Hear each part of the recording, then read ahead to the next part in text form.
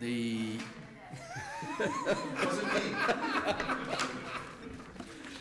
Marshal, arrest that person.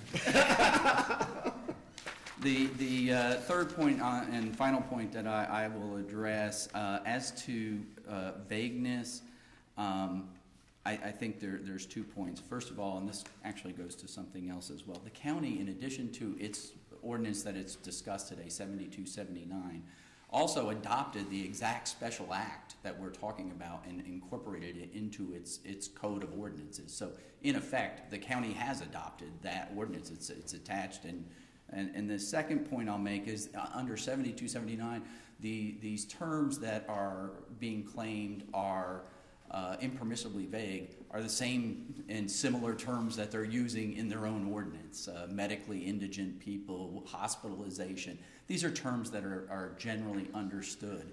And is it different if it's a mandatory versus permissive situation? I mean, the county has discretion as to what to do apparently under the ordinance, and the special act from the legislature has mandatory language. I think in terms of the vagueness argument, it doesn't make a difference. I mean, it's either unconstitutionally vague or it's not. I think really this gets again to one of those factual issues, because one of the things with a challenge on vagueness is whether or not these are commonly understood terms within the area that is being regulated.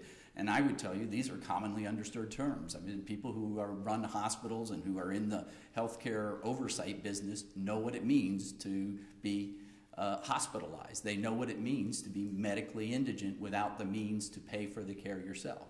I mean, I think that again, we would have to have a factual record on it. There's a case, State versus Hagan, cited in the briefs.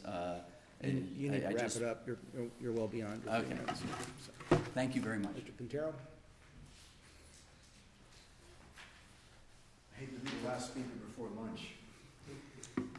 How much time do I have? That's the best thing. 4 minutes. 4 minutes. On the issue of privilege, the first thing I want to address is my opposing counsel argued that, well, if this was a law that applied statewide to other companies, then that would be fine because you're not granting a privilege to any particular corporation. But then it would be a general law. The Constitution addresses special laws, and it says a special law cannot grant a privilege to a private corporation. So by definition, it already assumes that you're within one county, not statewide. And then it says you can't grant a privilege to a private corporation. On the issue of facial constitutionality, Your Honor, you're right. They assert that it's facially unconstitutional. Therefore, I think as to the privilege issue, I think you can address it on this record. The problem is the only thing you can consider is the Constitution and the special act. And if that's all you consider, then I think this is facially constitutional because, as you said, all it does is put private and public hospitals on the same playing field. That should be really the end of that analysis. The language in like manner, Judge LaRose, the way I read the special act, what that does is in the third paragraph of the special act of section 8.9, instead of repeating everything regarding reimbursement to public hospitals, it then says, in like manner, you shall reimburse private hospitals. It's not intended to say only if you reimburse public hospitals do you reimburse private. It just says, just as we said that you reimburse public, you reimburse private hospitals. It's just a shorthand so you don't repeat the entire paragraph. As to the home rule powers argument, I think their argument, if successful, would have a lot of unintended effects in other counties, because what they're arguing is that once they became a home rule county, every special act now magically disappears, both before and after.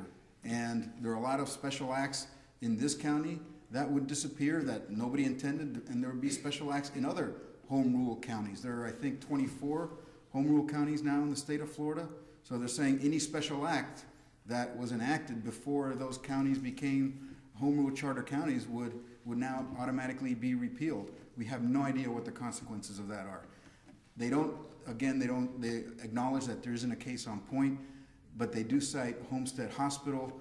I invite you to read not only that case, but the constitutional provision at issue, because in Homestead Hospital, the court said that there was a law that they said applied only to Miami-Dade County, and therefore was unconstitutional, but not because Miami-Dade County was a charter county.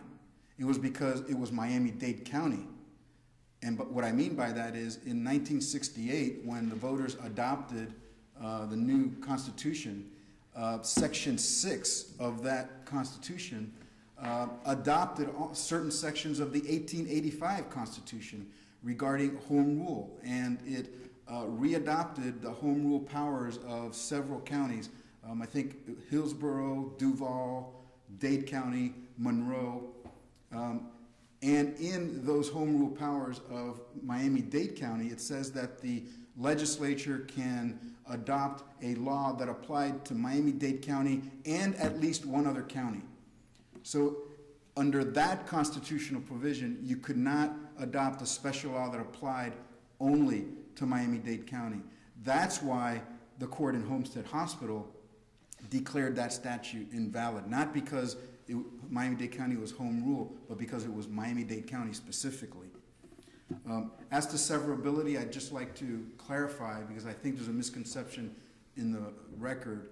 In 1949, the hospital board was created, but the reimbursement provision for both public and private was in 1959. So it was designed to go together in like manner.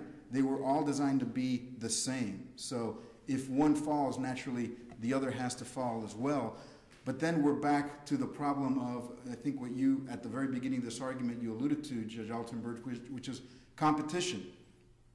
The district has the power to tax, and they have the power under this act, under the court's order right now. They still have that power for public hospitals. And we then have no way to get reimbursed. The private hospitals can't tax. And so, as you said, we either have to charge our patients more or we have to lose money. So the only way to put them on the same playing field is to say that the special act is constitutional and that the county is required to reimburse both the public and the private hospitals. Okay. And I ask you to reverse, and I ask you also, if it's not obvious, to write an opinion. Thank you.